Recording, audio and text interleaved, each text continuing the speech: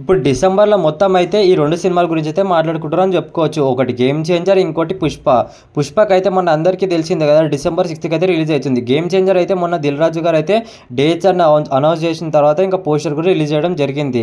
December 20కి అయితే game changer release అవుతుంది. December 6th అయితే మన పుష్ప 2 రిలీజ్ అవుతుంది.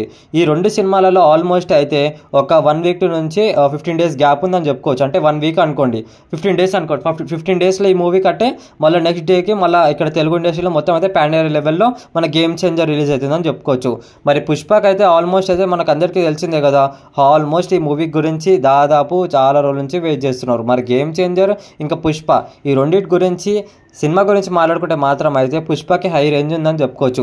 మరి ఇప్పుడు ఈ 2 మూవీస్లలో ఫ్యాన్స్ ఏమంటున్నారంటే పుష్ప గురించి ఎవరైనా చెప్తారా, అస్సలు తగ్గేదే లేదు, రికార్డులు బద్దలు కొట్టేస్తారు.